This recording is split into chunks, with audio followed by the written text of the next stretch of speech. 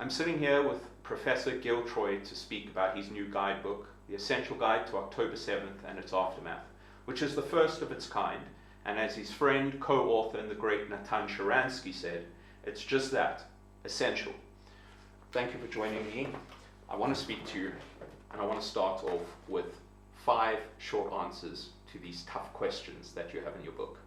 So let's start with the basics. What happened on October 7th, and why did Hamas do it? On October 7th, Hamas showed that they read their charter and take it seriously. They're not pragmatic. They don't want to build a Palestinian state. They want to destroy the Jewish state. And they did their best shot. And unfortunately, they succeeded far more than they should have. And it was the worst day in Jewish history since the Holocaust. Clearly, our perceptions on Hamas, as you've said, were wrong. There was clearly flaws in our policy. So what do you think actually led to Hamas essentially becoming such a threat to Israel without us truly, we understood their charter. We didn't understand essentially how seriously they took it. How did they become this threat? It wasn't just us. The whole world was caught in what we call the conceptia, the conception. The United States of America, every foreign policy expert, the American Jewish establishment, they were all telling us, they're pragmatic, deal with them. And we just let it happen. We were so focused in Israel, first of all, on our own divisions, second of all, on prosperity and living a good life, that we just didn't allow ourselves to conceive of the evil that was building and the viciousness with which they would attack us. I mean, that's a good point. When you bring up the point of divisions within Israel and how that might have shifted our focus, we've seen this come up time and time again throughout the war, despite the war. What do you think is going on within Israeli society with regards to the war, with regards to the government? What do they think? In Israel, we're living 2 different realities. Since October 7th, there's been remarkable unity. It feels in some ways like every day is Israel Independence Day or July 4th. The sacrifice of our soldiers, the commitment to the citizens to help out has been absolutely moving. And every single day there's tremendous inspiration, there's tremendous heroism. And yet, underlying it are deep, deep tribal divisions. Underlying it is a government which never really spoke to the people and tried to unify the people, not before October 7th, and unfortunately not since October 7th. And one of the things I'm trying to do in the guidebook, is get to the facts, get to the basics. Show that, yes, we have divisions. I can criticize the government, but that doesn't mean that I delegitimize the government. It doesn't mean I demonize Israel. It doesn't mean I reject Zionism. I think that's perfectly said, and I think that's really where our country needs to be heading, to a conversation of some sense of unity. I think one thing that we've got wrong is it's for 2 reasons. A lot of people assume unity comes with uniformity, and then there are certain politicians who play on that in order to show Jewish unity, whenever people oppose them as let's say their policies, they say they're threatening Jewish unity, when really what they're asking is for people to conform to their ideas. So, I think that is really something that is interesting. In chapter 4, you speak about the backlash. What are they thinking? Who's they? What are you referring to? Israel's critics. How could it be that on October 7th, as women were still being raped, as children are being kidnapped, as human beings are being slaughtered, there wasn't even one moment on university campuses where the pro-Palestinian factions went to their fellow students, Jews, Israelis, and said, wow, this must be a real moment of pain. Then October 8th, 9th, 10th, you wanted to attack, you wanted to criticize, you wanted to protest, that's one thing. But since October 7th, there's been this vicious attack which shows it's not what Israel does, it's what Israel is. And Jews, non-Jews around the world are reeling. And sometimes when people are so vicious in their attack on you, you go, what did we do wrong? One of the things I'm trying to say is not what's wrong with us, but what's wrong with them. I think that's perfectly said, but speaking, going a little bit more into the campus issue, because that's clearly been an evident issue, and you have a long sordid history in academia. What do you see happening on campus? Many people like to claim, and in my view, it's more out of comfort, that this is just an issue of ignorance. And other people like to try and get to the ideological currents that are kind of the substratas lying there underneath this issue. Let's focus on the latter, ideologically. What do you think is leading to this problem with the specific issue in the way in which Israel is perceived by students on campus? Look at me. I'm a case of Arrested Development. I got to university, never left. I love the university. I love the campus. But I love a university of critical thought, of true liberalism, Well, that's what a of university openness. should be, yeah. And what happened on October 7th, and what's happened since, and certainly in the spring encampments, was we saw an ideology that had been building for years took off and showed its ugliest self. Now, there are still many, many students who are not political. There are many, many professors who are not political. But there's a small core of committed ideologues, especially in the elite North American universities, who were pushing an agenda, and this, what I call academic intifada, was their perfect opportunity to mobilize a small group of students to try to define the terms of the debate. And the fact that underlying it was such intense Jew hatred. We know where you live. We rip down mezuzahs. We're going to get you.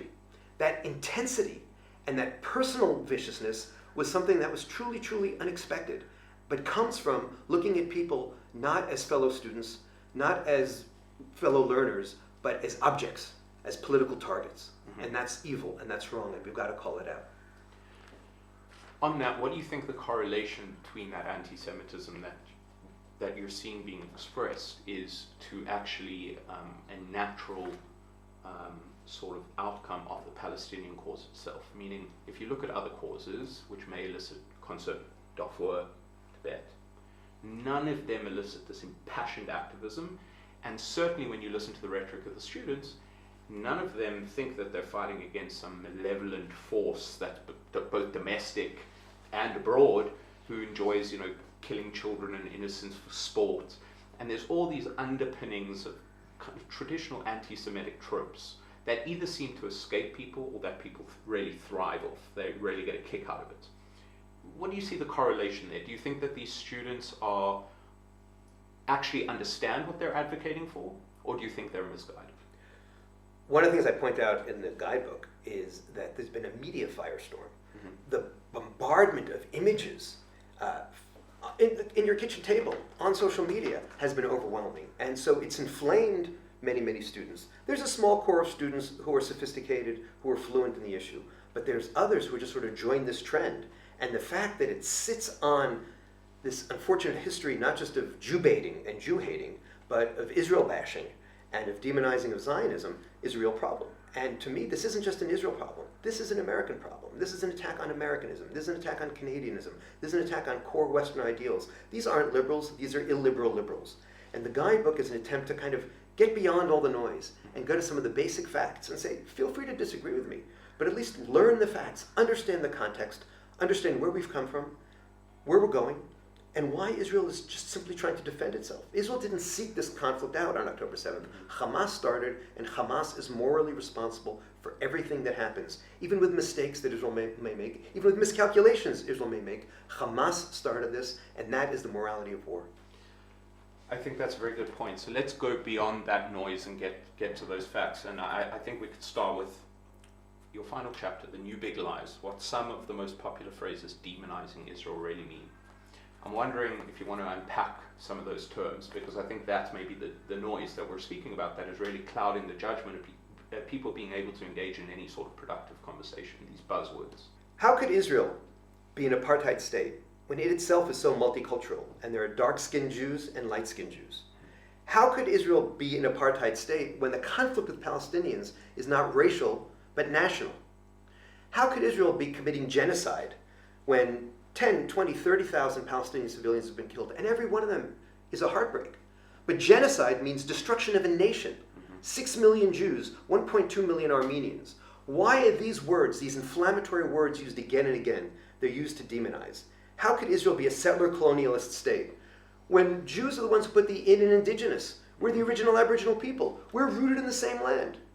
You want to disagree with us? Fine. You want to dislike Israel? Fine. But why rob us of our history? I call this historicide, literally trying to kill our history. But what do you think is behind that? Do you think that it's a political tactic that the Palestinian factions have worked out in order to shut down discourse, or do you think there's something else there? Unfortunately, we're seeing the intersection of two unhappy trends. The Palestinians, backed by the Iranians, have been building this for decades. They're filled with lies. It's an industry of lies, sure, as Ben-Dror Yemeni calls it. On the other hand, we're also seeing a social media world which prefers the hysteria, prefers the extremism, prefers the all or nothing. And so the two together have created a kind of perfect storm with that very popular target, the Jew, right in the center. And once upon a time, it was the Jew, and now it is the Jewish state. I think that's very well said. I want to go on one thing, and because I think it's something that you could expand on with your history as a professor. Something that's, I think, become clear on campuses is this tends to be, in the progressive front, in the social justice circles, this real fascinating inclination to engage with a lot of Islamist type of thinking. They see them almost as revolutionaries, and they maybe in the West they're lacking a revolutionary cause because the societies have kind of, in some capacity, moved beyond the necessity of that structure.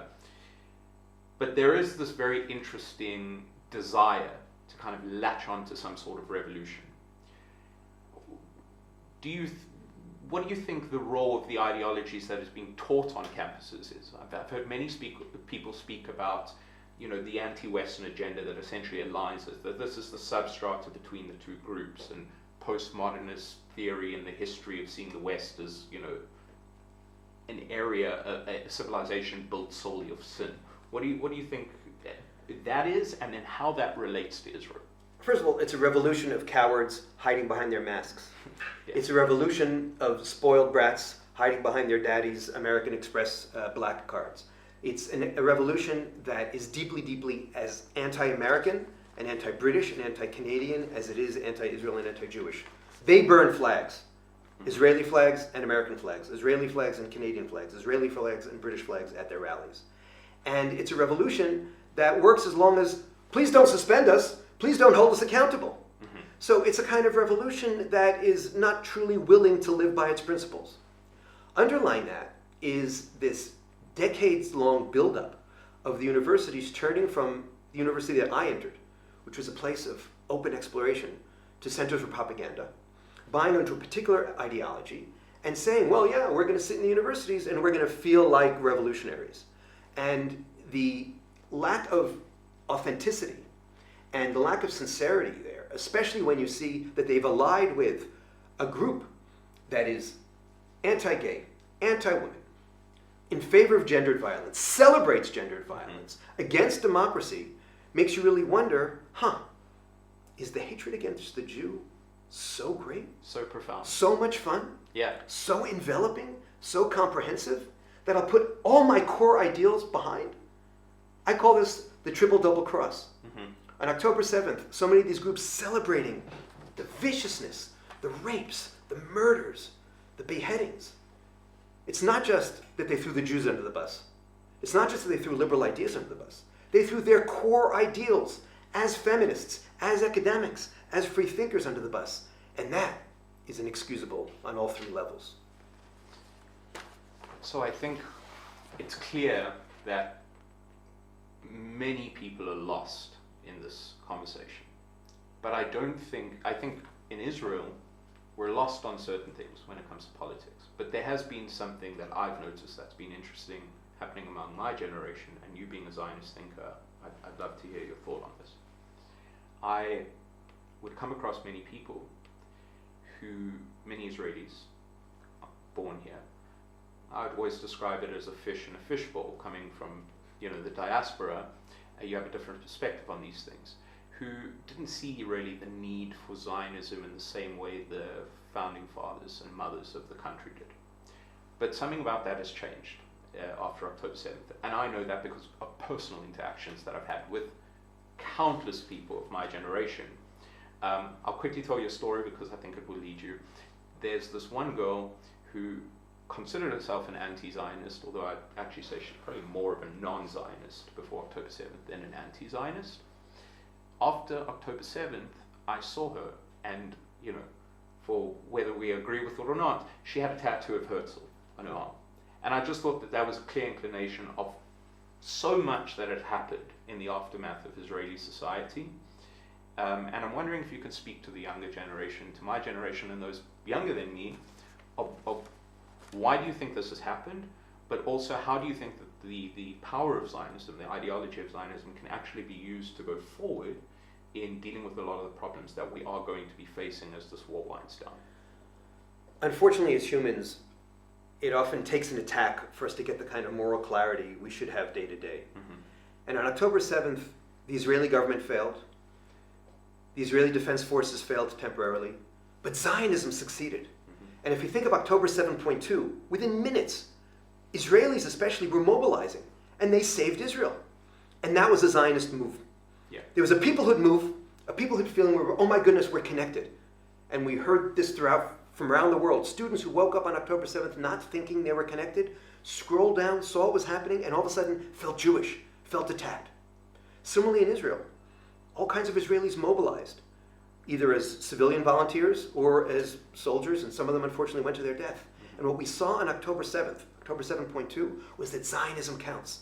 Zionism gave us the tools to defend ourselves. Zionism gave us the tools to fight back. Zionism gave us the tools to repel the Hamas invaders. And Zionism also gave us the tools for what I call the jujitsu, J-E-W.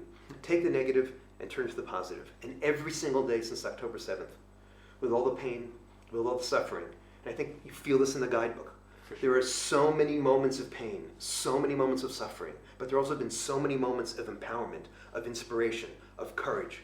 And this generation, the young generation of Israelis, has shown us who they are and shown us what Zionism is. Zionism doesn't mean everything's perfect. Zionism never promised us a state on a silver platter.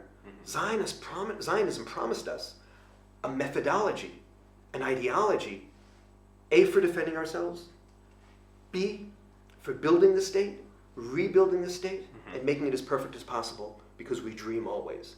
And that's Herzl. And so a Herzl tattoo, or a Herzl book, or a Herzl phrase all tells us the same thing. Tomorrow will be better than today, but it's upon us to roll up our sleeves and make that happen. We don't sit passively back. We were too passive before October 7th.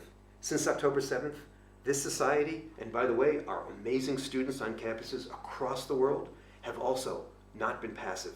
We're fighting back, but we're doing it not in a negative, defensive way. We're singing a new song of Zion. I call this identity Zionism, a Zionism of pride, a Zionism of inspiration, a Zionism of hope. Hatikva. There was always some sort of gap that seemed to be developing more and more between an understanding between diaspora Jews and Israeli youth. It does seem to me that Jews in Israel, whether they're from the diaspora originally and been living here long enough to have a bit of a disconnect, have seen anti-Semitism rise in the streets of Europe and America to such a degree that they finally understand anti-Semitism again. It's not just seen as this history lesson, a part of the classroom that's a thing of the past. It's very real, it's very tangible, it's their families, it's their cousins, it's their friends, or it's someone they met at a summer camp somewhere along the line, the line of their life. That has been clear to me, being here, to see that change within Israelis. Your book, I think, serves to give an insight to diaspora Jews, to what happened to Israelis, the mindset of Israelis on that day, and where we're going through and explaining certain things. What do you see as this as maybe a cornerstone opportunity to rebuild certain elements of that relationship? Because we have seen, of course, we've seen anti-Zionist Jews, JVP, if not now, all these groups. But we have also seen Jews who were non-Zionists, we don't speak about them enough because they're not as loud. But we have seen large groups of Jews who were unaffiliated, who were not Zionist, who weren't particularly strong in their identity, really coming to the forefront of the conversation and really taking a stance now on where they're at. What do you think this shows us, and does it present us with a further opportunity going forward to bridge that gap? We're far too obsessed with what Natan Sharansky and I call the un-Jews, the small group of Jews who are trying to undo the core consensus uniting Israel, Judaism, the Jewish people, and Zionism. Since October 7th, we've seen so many young Jews stand up and say, Hineni, here am I. Yeah. I want to be a part of it. And since October 7th, I wake up every day saying, how can I help them? How can I be a guide? How can I give them facts? And what we try to do in this guidebook is give students, and frankly, their parents will also need it, Their parents will need it, yes. a guidebook. What happened? What's the history of Gaza? What's the history of Hamas? And it's short, 60 pages. It's punchy, it's accessible, and it's more about facts than opinions. It has some built-in criticisms because we're thoughtful and we're critical. But fundamentally, it's trying to go to the core identity and core arguments that everyone should understand. And one of the things we also did is we added all kinds of graphs and timelines. We wanted to make it user-friendly, not to make it juvenile. And the idea is someone's going to sit down and read 60 pages and read a trajectory, and it tells a story. It tells a story of the Jews returning to their land. It tells a story of too many Palestinians, not all Palestinians, but too many Palestinians rejecting that return. It tells a story of the Jews being rooted in this amazing place, creating this amazing miracle, and then unfortunately having to defend it. But it also tells the story of us not being defined by our enemies. I don't want Jews to be anti-Semites. I don't want them to be anti-Zionists. I want them to be proud Jews and proud Zionists, and if they're here, proud Israelis, and I want them to know the facts. And the essential guide to October 7th and its aftermath is about facts, figures, and history. And hopefully it'll help people on their identity journey, but also help them understand why Israel is forced to defend itself and why Israel is going to do it as best it can, as effectively as it can, as morally as it can, not just for the others, but for our own souls. Because this is a battle for Israel, for the Jewish people, and frankly for Western civilization.